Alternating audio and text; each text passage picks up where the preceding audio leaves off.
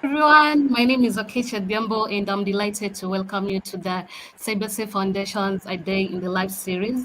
And this series is an excellent opportunity for us to learn about the lives of cybersecurity professionals and gain an understanding of the hard work required to build a career in the cybersecurity field.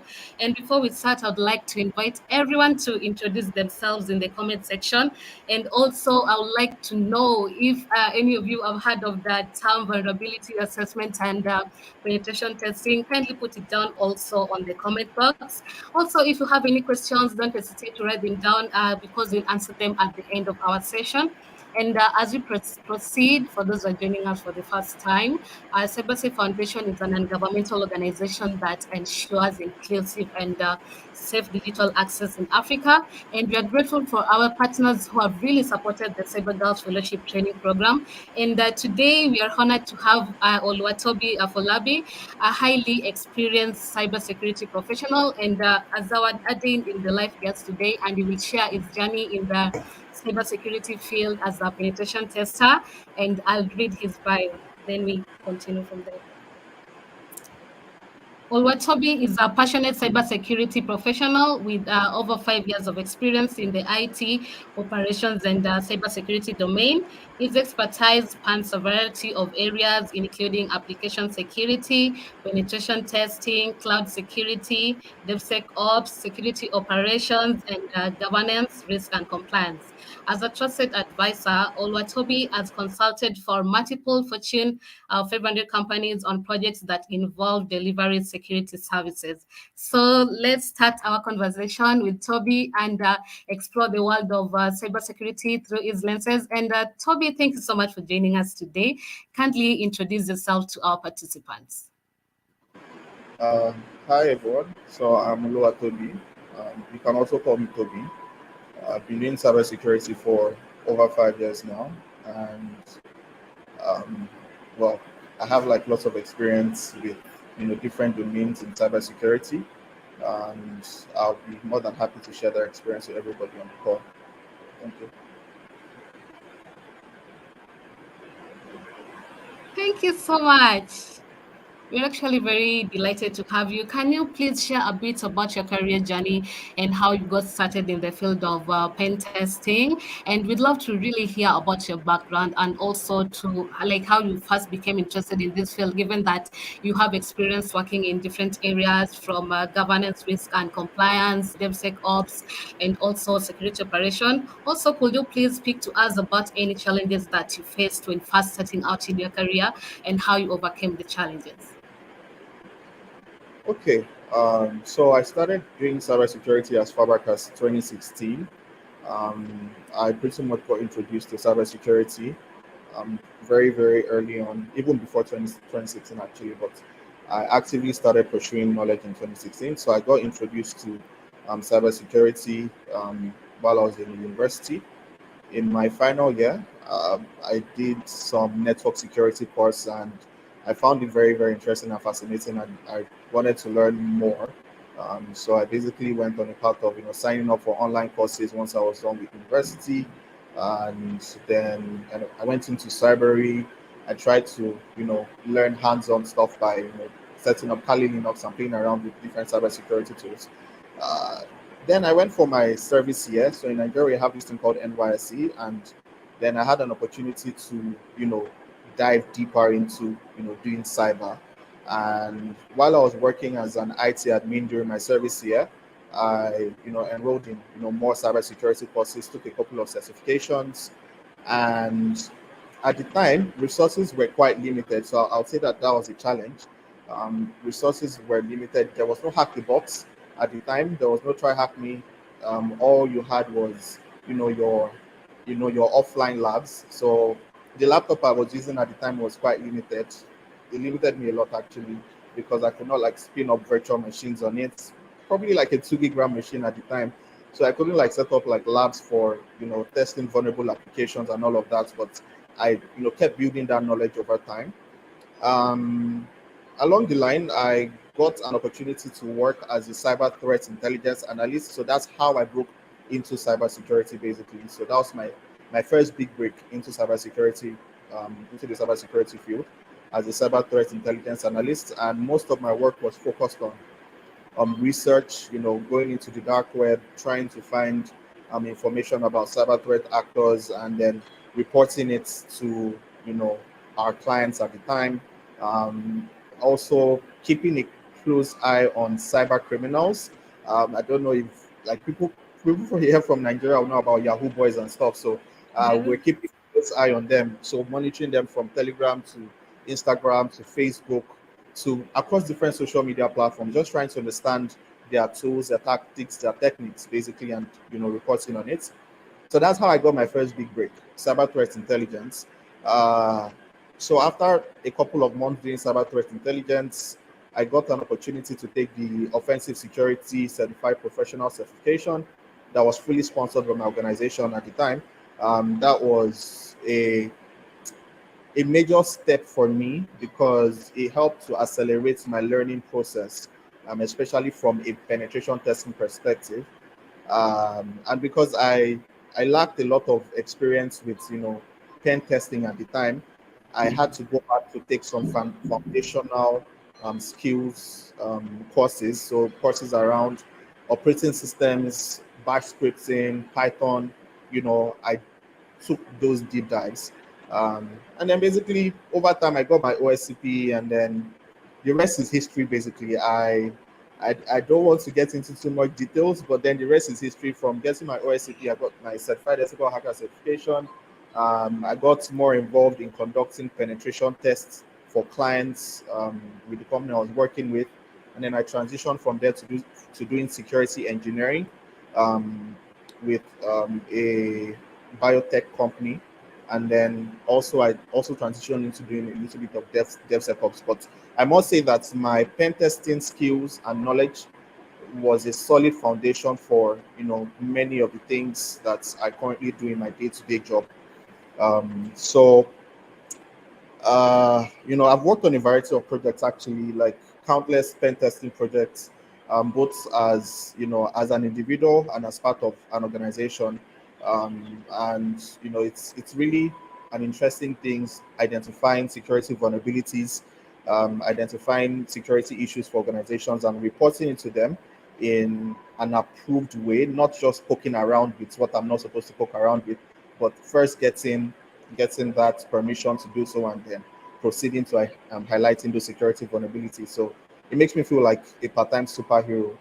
You understand? So yeah, that's been my cybersecurity journey and Oh, how I got thank you started. so much. Thank you so much for sharing your career journey and experiences, not only in pen testing, but also like how you got into cybersecurity. It's always actually really interesting to hear how people got started in this field. So, who exactly is a pen tester, and how does this role differ from that of an ethical hacker? And we really want to know what kind of tasks you perform on a day-to-day basis, and also like how pen testing differs from other types of security testing. Okay. Um, while there may be many definitions that exist, you understand, based on individual perspectives, a pen tester is, a security professional that simulates cybersecurity attacks against computer systems, computer networks, applications, and the whole purpose is to identify vulnerabilities in those applications, right? There is no point of conducting a pen test if not for the sake of identifying or highlighting security issues that would put an organization at risk. You understand? So testing or conducting a pen test is one thing, and then reporting in a way that is understandable and is actionable is another thing. So that's why you are not a complete pen tester if you don't know how to report your findings in a way that is clear and understandable. You understand? So that's why you also need soft skills aside to your technical skills in pen testing. So a penetration tester basically is, a cybersecurity professional that simulates, cybersecurity attacks, against systems that could be exploited by, malicious actors. And another very, very important reason why you do this is to be able to identify these security issues before the bad guys do, right? So it's it's quite important that many organizations have this embrace conducting pen tests more, embrace conducting vulnerability assessments more, so that they would be able to easily identify like security issues that may exist within their infrastructure or their network or their application. And well, I would say that pen testing is closely related to ethical hacking, right? It is closely related, but pen testing, I would say, is a subset or can exist as a subset of ethical hacking, right? Ethical hacking is a lot more broad and it involves a lot more activities, right? So ethical hacking would cover things like trying to, you know, hack a business process, basically, like things that are a lot beyond specifics, in terms of like a specific web application or a specific mobile application, just trying to highlight a vulnerability. An ethical hacker will go above and beyond. You understand? It's an ethical hacker is closer to a full-time, red teamer or a red teaming activity. So it can cover like a physical, activity, maybe like social engineering. It can, include things like trying to pick locks. You understand, testing physical security. But pen test is a lot more focused and has a more focused objective. So let me just give an example. So an organization can bring you in as a pen tester to focus on a single web application or focus on a single website to identify vulnerabilities that exist on that website. You understand what I'm trying to say?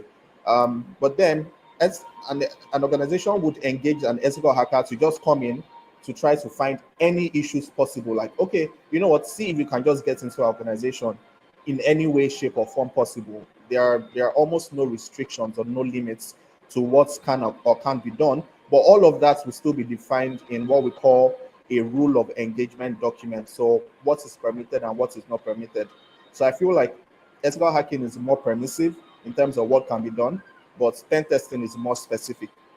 Um, so my day-to-day task, basically, what I do is I don't pen test every day, right? Because there are like different processes of conducting a pen test assessment or conducting a vulnerability assessment or a pen test engagement, basically.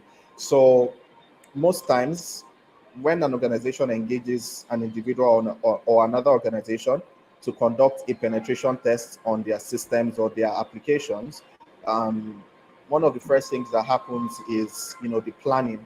You understand, right? So there is a lot of planning that goes into it, and as part of that planning, you discuss what is permitted, what is not permitted. You discuss the rule of engagement. You discuss the scope of the penetration tests. You basically highlight or identify what tools you'll be using, right? So what tools you're going to be using to like conduct the tests, and then you also define the objectives, really, because every penetration test has an objectives, and then the objectives are different across multiple organizations. So for example, in for an organization that is very big on data protection, right, that collects lots of information about their customers and their clients, they may be more focused on testing. um, they may be more focused on actually testing if it's possible to steal their clients' data, right? So an objective of that kind of penetration tests can be, okay, see if through our web application you can exfiltrate. That means exfiltration is basically moving data from one place to another. You understand? See if you can exfiltrate this data. See if you can get into our database. See if you can extract all the data of our clients, you know, to as just basically like in a simulation scenario. Another objective can be to basically see if you can gain remote access to their systems. You understand? Maybe like their servers or their web application. See if you can go from a regular user to a privileged user on the application. So every penetration test has an objective, and those are all of the things that you define during the planning phase. So typically, we meet with clients, we organize meetings to gather all of this information to have a better understanding of what they're trying to achieve, why they're actually doing the penetration tests. Is it for compliance? Is it to just understand their security posture? You understand what I'm trying to say? So that's part of what you do. as a penetration tester. So yeah, you have like lots of meetings, you have to be on the calls to understand what you're supposed to do. And then getting into the nitty-gritty of the work, um, you you do like discovery basically. So we try to discover what exists within the scope of the assessments. So for example, for a web application assessment, you might want to discover all the directories that exist on a website. You might want to discover all the domains that are owned by an organization. So there is that information gathering activity that has to happen.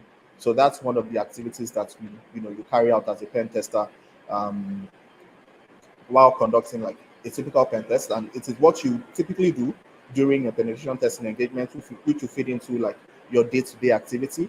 Um, then basically you try to highlight or find vulnerabilities using manual and automated tools, right? So there are multiple industry tools that you can use to find vulnerabilities depending on the type of assessments you're doing. If you're doing a mobile application assessment, there are specific tools that you use. If you're doing an API assessment, there is a specific tool that you use. If you're doing a web application assessment, there is a specific tool that you need to use for these different types of assessments. If you're doing Active Directory, or if you are doing infrastructure, or if you are doing cloud, basically penetration testing is very, very broad, and you can conduct a pen test across different types of environments. So the next thing is really to enumerate what you've gathered based on the information you found. So based on the websites that you found, based on the domains that you discovered, based on the assets that you found, what are the vulnerabilities that exist? If an organization is using a vulnerable version of an application that has been deployed for public use, you check out the version number, and then you look it up. Are there vulnerabilities that exist for this specific version of this application? What are the weaknesses, and how can it be exploited? Is there a proof of concept? Is there an exploit code? So that's also so a sort of enumeration. So we call that enumeration. So basically just highlighting what can be exploited and what cannot be exploited. And you along the line you take notes. You understand? So note taking is very important. So typically you take notes on what you found so far, based on the information you've gathered, based on your enumeration activities.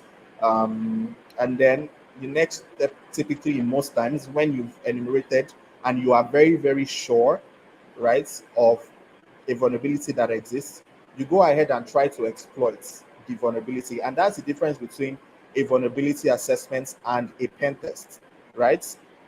A pen test at a pen test or during a pen test, when you find a vulnerability or a security weakness in a website, someone's infrastructure in the cloud, wherever, um, you would go ahead to take it a step further to exploit the weakness. See if the weakness can actually be exploited by a real life person.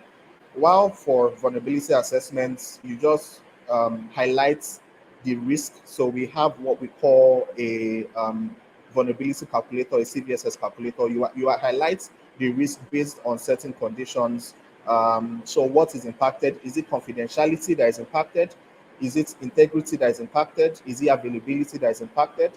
Um, how how much how complex is it to exploit the application?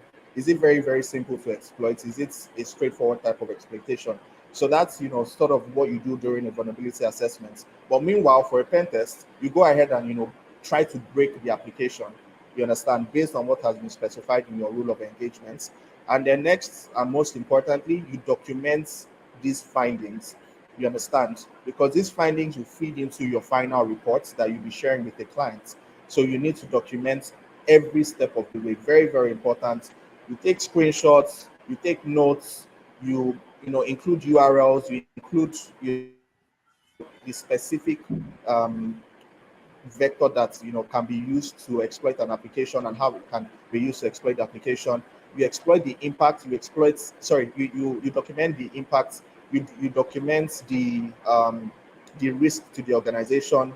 You understand? So for an organization that is in the financial space, if it's possible to transfer money from anybody's account to anybody's account based on the vulnerability that you found, that would have a high impact on the organization. So that would be something that you also need to communicate that, okay, yeah, this is a very, very high risk finding because everybody's account is open to anybody and money can be moved from point A to point B, by anybody anywhere without needing to log in as that user or by stealing a user's tokens or user's username and password.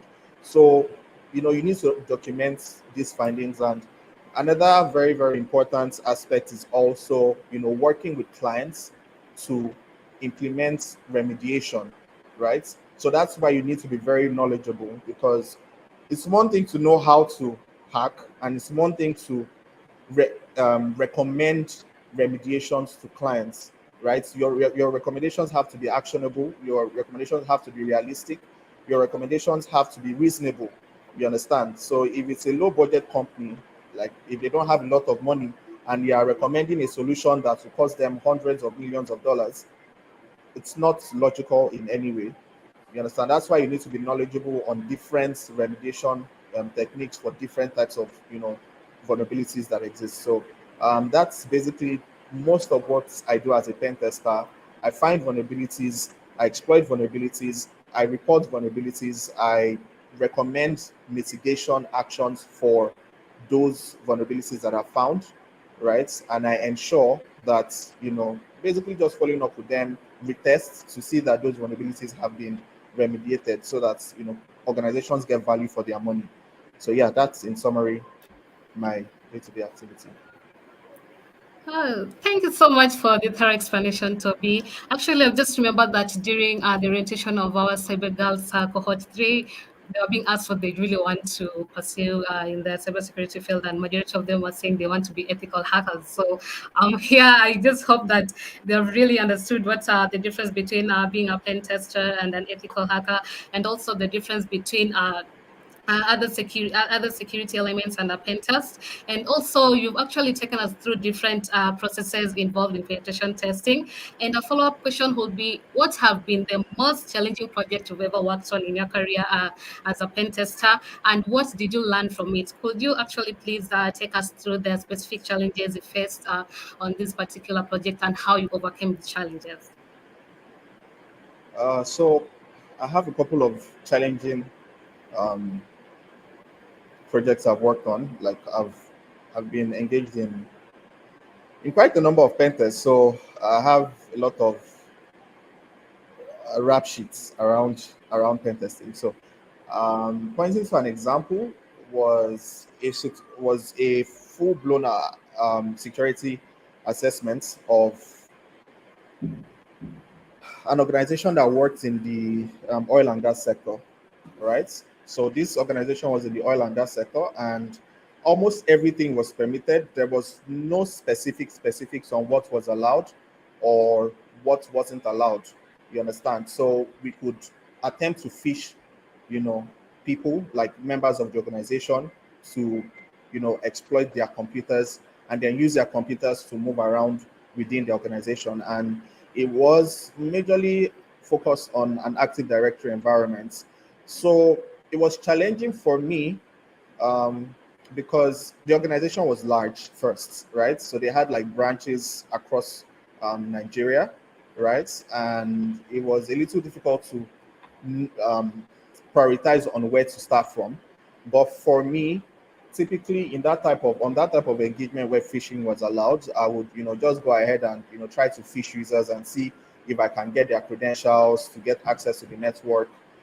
Just send phishing emails to like different users and just cast my nets and see if I catch any fish. You understand? But fishing failed frustratingly. The success rate was quite slim because most of the users were already trained on phishing. They already had like some sort of security awareness training. So many of them didn't click on my phishing link, which was quite annoying.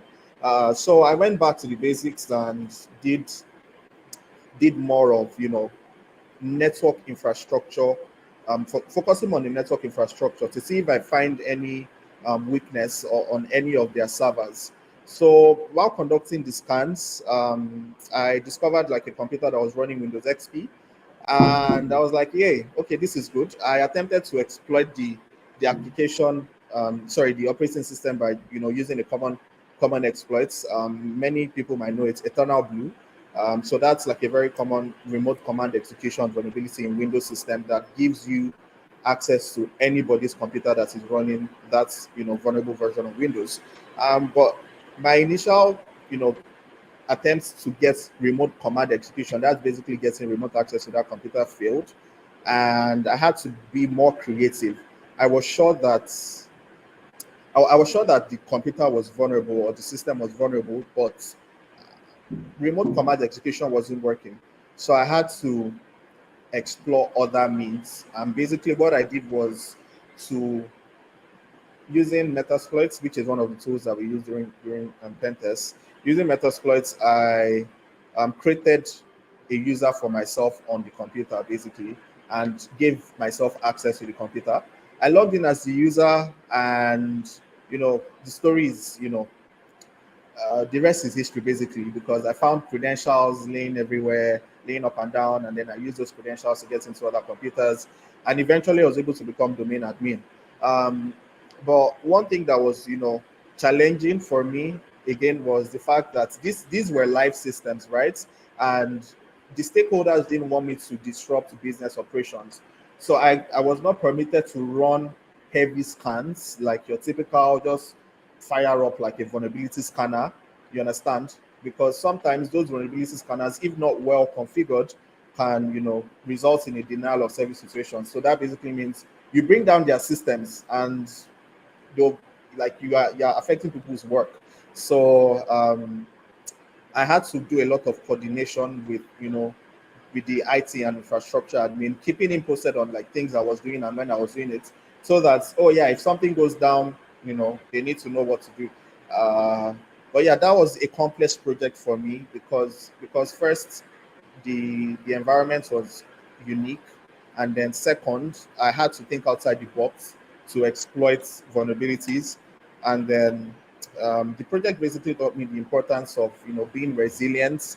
It taught me the importance of communication, especially when working on complex security assessments, and then it also taught me the importance of having having a very very wide perspective to carrying out pen tests and not just being tunnel visioned, basically, because sometimes getting tunnel vision can affect the way you think, because sometimes what you're looking for might be right in front of you, and then you're like, oh yeah, you're just so focused on one thing. Just try different things. When phishing failed, I went back to the basics, and going back to the basics helped me to get initial access to their network, and then from there move on to become a domain administrator. So yeah, that was an interesting project I worked on.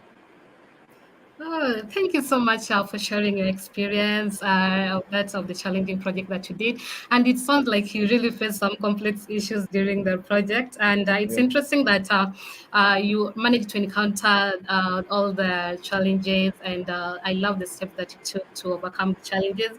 And I've also learned the importance of thinking outside the box, communications, and just being resilient when working out on different projects. And also, as you know, that majority of our participants in this conversation are our incredible cyber girls who have been going through training in cybersecurity and are about to choose their preferred career paths in the cybersecurity field. So, as an individual who is like me, I'm interested in pursuing a career in cybersecurity. What do you think? How would I know that penetration testing path is the right fit for me? Like, what kind of skills and interests are important for me to succeed in this field? And what kind of job opportunities are available for me in this field, especially the entry level jobs? Yes. Okay. So you know there are like there are many perspectives to, or there are many ways to present this, but for someone who wants to get into pen testing, you need to be somebody who is teachable and who loves constantly learning, right? Because on in a single pen test engagement, you might have to like research over and over and over again about specific vulnerabilities and how to exploit them.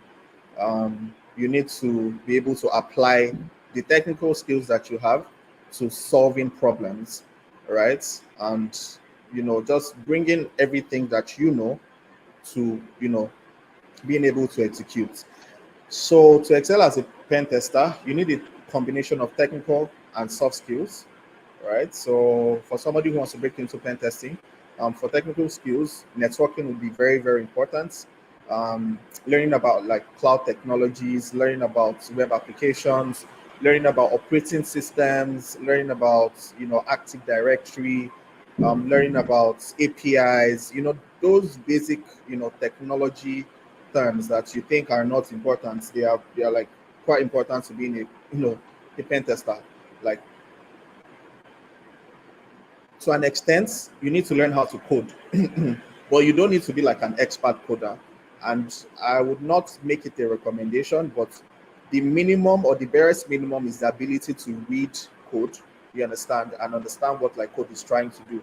But then for you to get to that point, you need to be able to write or have like foundational knowledge of coding, for example. And while it's not important, but you would need to automate some processes, right? So in the end, you just can't run away from it. Like Python or Bash, one of them, just learn how to use any of those programming languages to automate processes.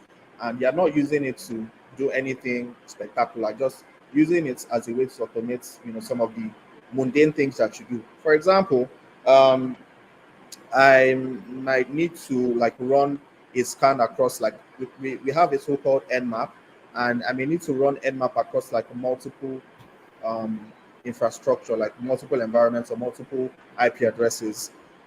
So rather than just running one command at a time, I can just feed Nmap with like a set of IP addresses that needs to be scanned, basically.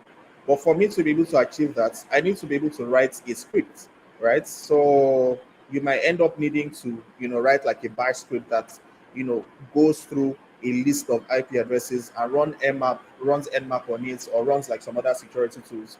So scripting is, a very, very good to have skill, but it is not 100% compulsory, but it is a very good to have skill, and you save yourself a whole lot of time and effort and energy if you are a good, you know how to script as a pen tester. And also other technical skills would be to, I think I've touched on many of the technical skills. So for non-technical skills, uh you need to have like soft skills, critical thinking. um, for many people who do CTFs already, you already get a feel of what it means to, think critically.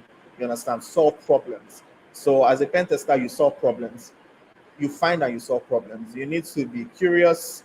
You need to be inquisitive. Okay, if I try something this way, would it work? If I don't do it this way, would it break the application? You understand? Oh, if I put a number instead of text here, would the application still be able to run effectively, or would the application crash?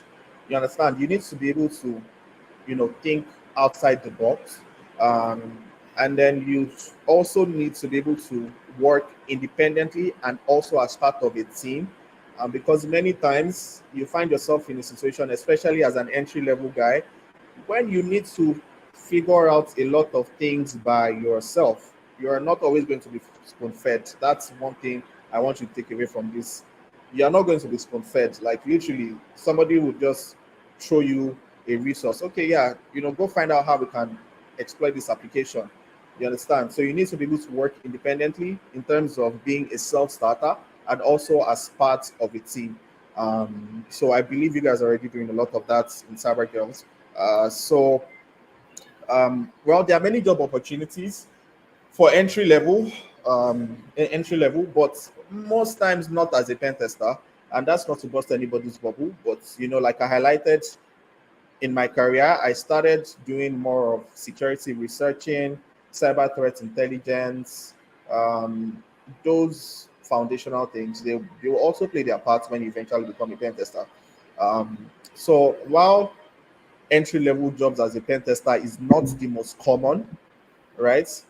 you find jobs that are not, maybe not entry level, but are in between entry level and mid level. So I won't necessarily say pen testing is something you need to do when you're a mid level guy, because you can start doing pen testing with like even 6 months of experience, or even without any experience at all. So depending on how much you know, but there has to be that foundation, like experience doing something else. It might be experience as a software developer, or experience as a networking person, experience as maybe an IT administrator, or experience doing, something, related to tech in general, maybe experience doing cloud, or experience with mobile applications. So that's why I would not necessarily say that there is entry level pen testing, but I'll say that there is that thin line between entry level and mid level pen testing opportunities. And also, job opportunities would vary by your geolocation. So, for example, where I am in Nigeria, the chances that you find an entry level pen testing opportunity is quite slim. But then, if you put in the work, if you make yourself visible, if you keep building your skills, the opportunity will present itself, and you land an entry level position. But many organizations most times are looking to hire like security operations center analysts, cybersecurity analysts.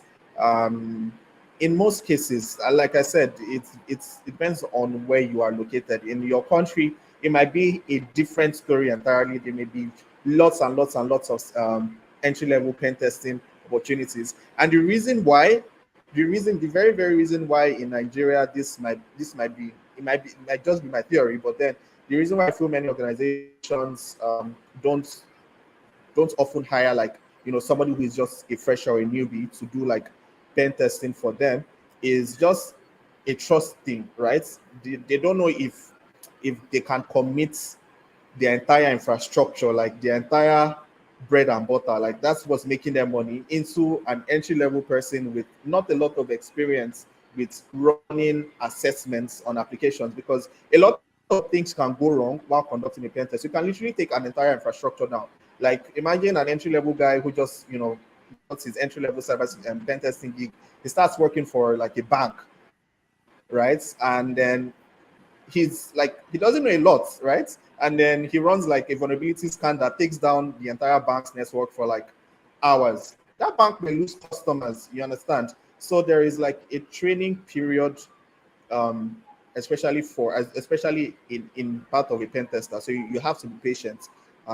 It's not something you just rush into. You need to gradually build yourself and prepare yourself, and also position yourself for opportunities. And as well, there are many job opportunities for within the field of cybersecurity. Like I already mentioned, junior security consultants, cybersecurity analysts, security operations center analysts, cyber threat intelligence analysts like myself. Those entry level roles exist.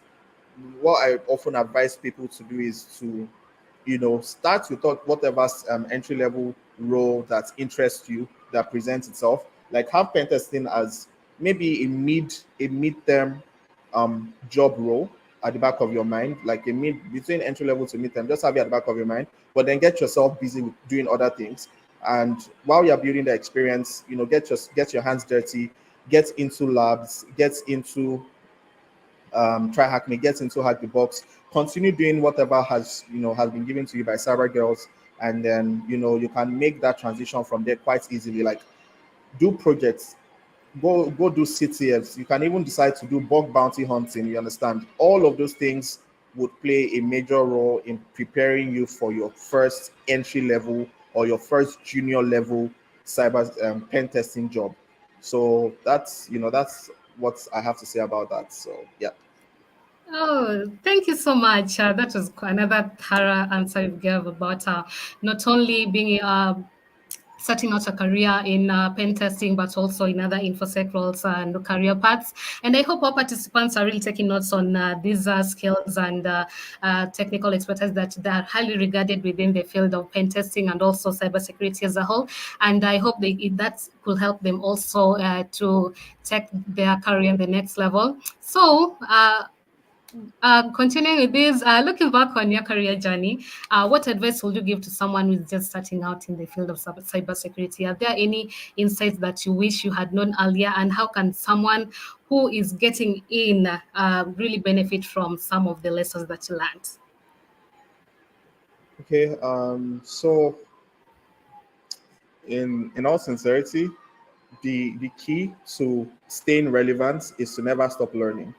Right. I didn't have an issue with this early on in my career. I knew I had to get my hands into anything I could get into. Like throw me throw at me any project, throw at me any task. I would be willing to do my research. I'll be willing to learn about it, even if I don't have the relevant qualifications or the specific skills. I try to learn as much as I can. I do not reject, or early, especially early on in my career, I would not reject any opportunity that was presented to me. I won't say, oh yeah, I don't know how to scripts, so I'm not going to take on this task. Find someone else that knows how to do it. No, I would actually go pick a book that talks about a specific thing or a specific task I need to work on, or watch like videos and then build myself on it and then deliver. So in most cases, I found myself in situations where I was able to deliver on many of the tasks that was assigned to me, not because I had experience, but because I was willing to learn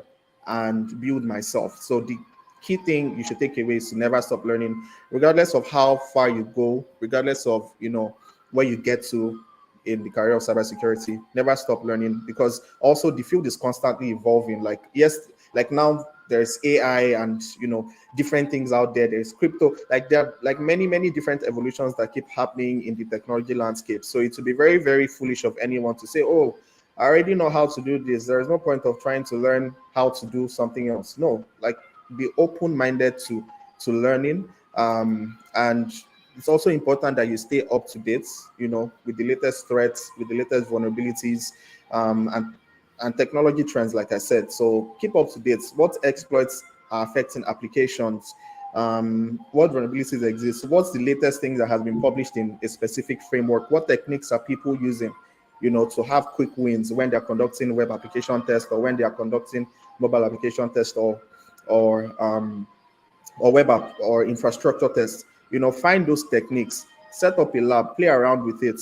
Go on Twitter. There are like lots of security researchers out there that you can learn from. You understand? Those guys constantly and consistently put out good content that you can actually use to build your knowledge base. I remember while I was working with an organization, and I was on Twitter one time, and then somebody put out a proof of concept. So a proof of concept is basically an exploit. Somebody put out a proof of concept for, one of the applications that we were using in the organization. So what I did was I took that proof of concept and then tested it against our instance, right? Like our instance of that web application, and then it worked. Do you understand? And people were like, "Oh, how did you find this? Oh, that's pretty cool. Please show us," and everything and everything. So basically, that came as a result of me just being on Twitter and following relevant people, and relevant people posting relevant content, taking that relevant content and putting it into work, and then that got me like acknowledgement within the organization. So it's important that you keep learning, and also try as much as possible wherever you are, attend conferences, attend cybersecurity related programs, take part in cybersecurity online events, especially if it's something related to where you're trying to upskill yourself. You understand? So just take advantage of training and certifications. Take advantages of conferences close to you, and it's also very very important, as an advice, to seek out mentorship and guidance from experienced professionals, because the experience is worth 1,000 hours of learning, because they have been there, they've done it, and they can easily show you how to do it. You understand? So rather than spending all that number of hours trying to hit at something and hit at something, just simply ask. Like nobody's going to label you as stupid or foolish for asking a question. You understand? As long as you get what you want, just always be open to asking questions. Your questions are never stupid, so just keep asking questions and reach out to mentors and professionals in the field. So yeah.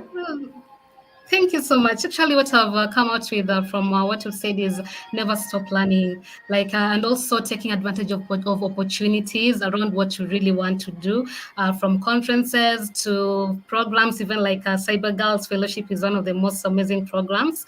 And now we are almost coming to the end of our conversation. And if you have any question, kindly put it down on the comment box because we're almost starting our question and answer session. So, Toby, what's next for you in your career? Like, are there any new and exciting projects and opportunities that you're currently looking forward to? Because we've seen how diverse you are career-wise, especially in cybersecurity. And also, could you speak of areas of the field that you're particularly interested in exploring further? It can be in cybersecurity, it can be AI. So we really want to know why that you choose that field. Yeah. Okay, so I have like quite a number of things on my roadmap. As I've always had, like I've never settled for my current states. I've always looked to evolve. So areas that I'm looking to explore, I'm looking to explore artificial intelligence, cybersecurity in that space, also blockchain security, Web3. Just trying to position myself for the future because that's where technology is headed. So it's best to align myself with where technology is going to be in a couple of years time. Then I'm also exploring building my skills around or building my capacity. And I'm not saying building my skills because I already have experience around that aspect, but just building myself more for a cybersecurity leadership position, like leading the security efforts of an organization from end to end, more or less managing an organization's cybersecurity program. Um, I'm more than happy to dive into like those types of engagements at this point in time, and just basically helping organizations to improve their capacity. So yeah, that's it for me. So I see myself just being the person I am, like just constantly evolving, and regardless of what title it is, as long as I'm able to help organizations deliver, it could be security architect, it could be security engineer, it could be chief information security officer, it could be cyber security manager, but just as long as I'm able to deliver value from a security perspective to organizations, that's what I have mapped out. Oh, thank you so much. And we actually wish you all the best in all your Thank you. endeavors. And we're starting our questions and answer session. And our first question is: how are you able to balance your work and personal life? That's an interesting question because I'm a married man and that can be quite difficult sometimes. But the the the way to balance work and life is to have a clear plan of what you set out to do for each day and prioritize, right? Prioritize on what needs to be done and when it needs to be done. It's always good to take out some time to relax, spend time with your family. I watch movies. I'm not always like in a dark room on my computer every time. So I go out sometimes, I hang out, I watch anime. So truth be told, that's basically how you balance work and life. And well, for me, I have found myself in a position where most of the roles that I've taken up through the course of my career have been remote, so I don't have to go to the office. So for me, that has been a wonderful opportunity for me to be around people I love and care about, while also working. Like I can literally be in the sitting room with my loved ones working while I'm there with them at the same time. So I'm able to establish that balance, that blend perfectly. So yeah. Oh, that's so beautiful. Actually, trying to do other things outside work is one way in which we can balance our personal life and work, especially for even some of us that are working remotely. It's quite easier for us because most of the time we are spending with our loved ones. So we actually know how to manage this too.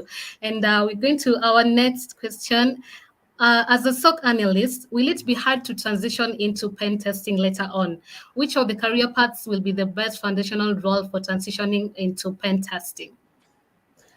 Okay, that's a wonderful question. The pen tester path has like multiple foundational skills that are relevant, and it is never ever difficult to transition from any role in cybersecurity, especially entry level roles, to being a pen tester, right? So if you're working as a SOC analyst, I believe you would have, experience, like you have first-hand experience of different types of attacks, against like different types of infrastructure, right? And I would say that your investigation skills, will be quite useful, especially as a penetration tester, because sometimes you need to be able to analyze, um, specific types of, threat and attacks depending on the type of environments. So being a SOC analyst is quite useful and quite relevant, and it's not going to be difficult for you to transition. And the fun fact is, even while you're doing your SOC analyst stuff, working with the security operations center, you can be building your capacity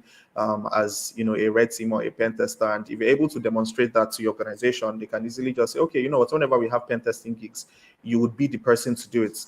You understand? So it's better for you to be prepared and position yourself, you understand, so that when the opportunity presents itself, you're able to maximize on those opportunities.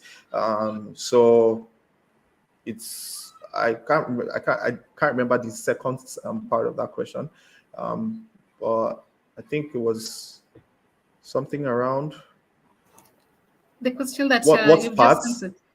Yeah. Okay. So what parts? So the parts really, if you're currently working as an IT admin somewhere, I'll say you have a good start. If you're currently working as a software developer, you have a good start. If you're working somewhere, or if you have some experience around computer networking and operating systems, you have a good start. If you're working in the IT audits, line of work, you have a good start. So it all depends on how much you want this in the end. So regardless of where you are now, you can always make that transition, but just ensure that you build the relevant knowledge, skills, and abilities along the line. Thank you so much. So our next question is from Medara. She's asking, can a QA engineer be considered a pen tester? Would you recommend this role as a good role to transition from? Well, let me start from the back. I would consider this a wonderful role to transition from. Like I said, you've already working in the dev space. You already have a good start because you understand different types of technologies, depending if it's web or mobile or whatever. You already have a good, forehand of different types of technologies, and it would be a lot less difficult to be able to identify security issues in those technologies, because you already understand the frameworks, you already understand the how those technologies work. You understand? So it's a lot easier for you to, oh yeah, this is a security issue, or this is not a security issue. So I would not consider a QA engineer as a pen tester, because a pen tester is somebody who focuses on specifically highlighting security issues, right? Your QA person tries to identify like code quality issues, try to identify like functionality bugs in an application.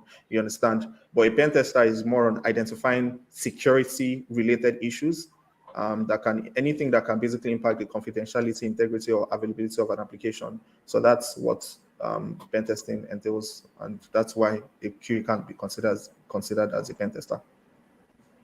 Oh, thank you so much. On to our next question. What are the steps involved in gathering information and threat intelligence in the cybersecurity space? Are there platforms committed to profiling this information? Okay, wonderful question. So, well, there are many steps involved in information gathering, but it's relative to different individual, right? So, like in your typical information gathering process, you can start with using what we call passive tools. So there's passive and then there's active reconnaissance. So passive information gathering and active information gathering.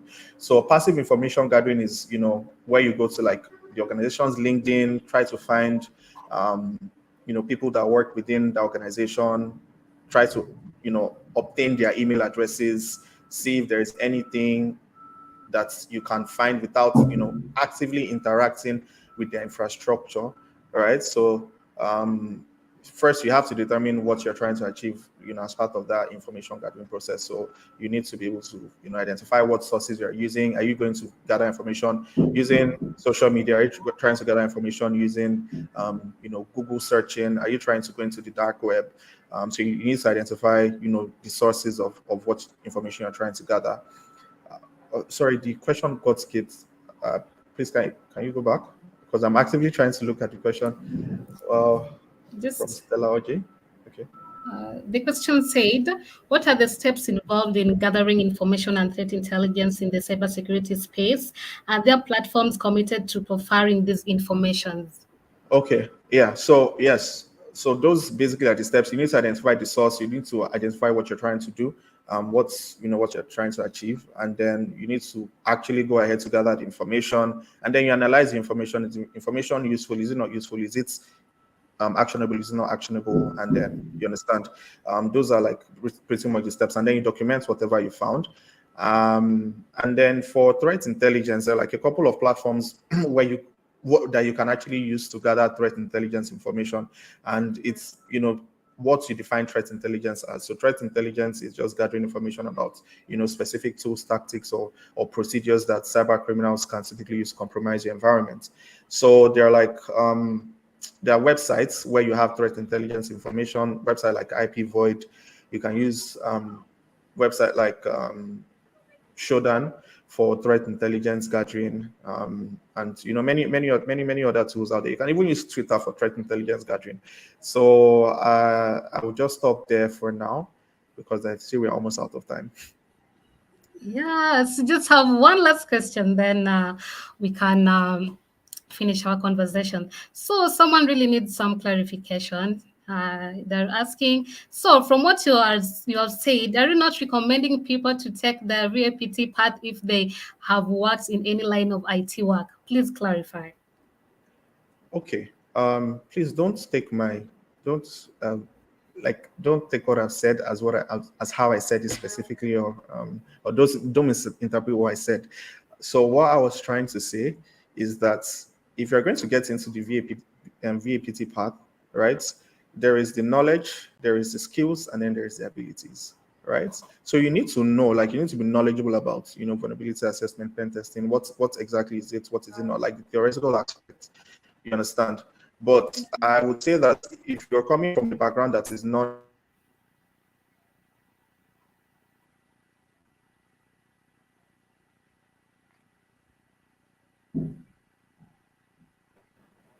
hello, can you hear me?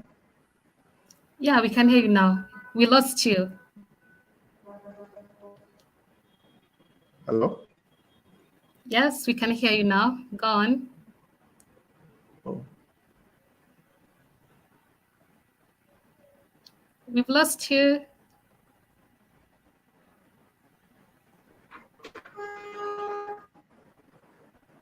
Hi, can everybody hear me? Yes, yes, Toby, we Not can hear sure. you now. I'm still on this call.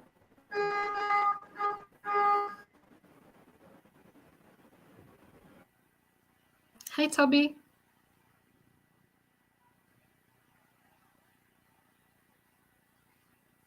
Oh, we lost our guest speaker, Toby. Let's wait for a second if he is going to join us for us to finish up the session.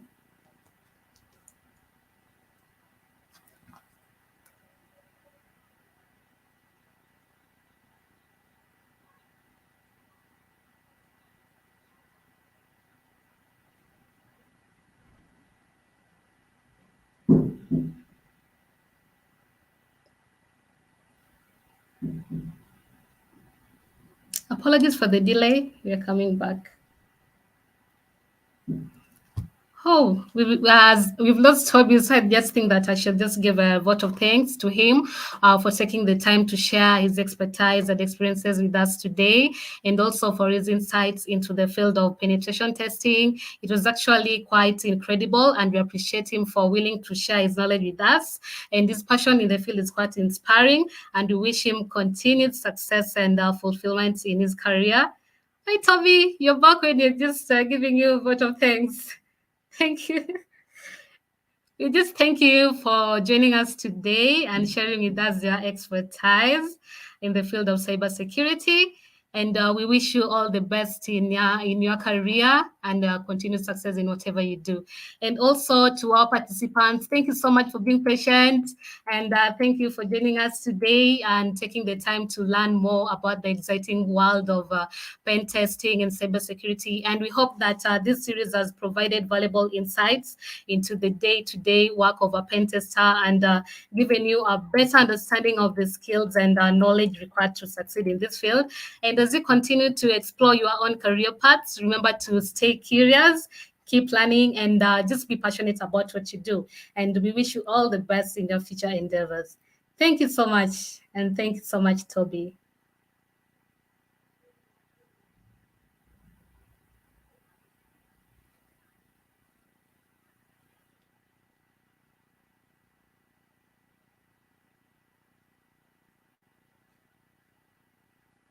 Hello. Sorry, I lost my internet connection. Is everyone still on? We've just actually Hello. come to an end of our session today. Oh, okay, okay, cool. Yeah. Yeah, thank you everyone for joining in. If you have any questions, you can just reach out to me directly via LinkedIn or whatever platforms um, I exist on. So, yeah. Thank you so much. We appreciate. All right. All right. Thank you. Okay. Bye. Bye bye.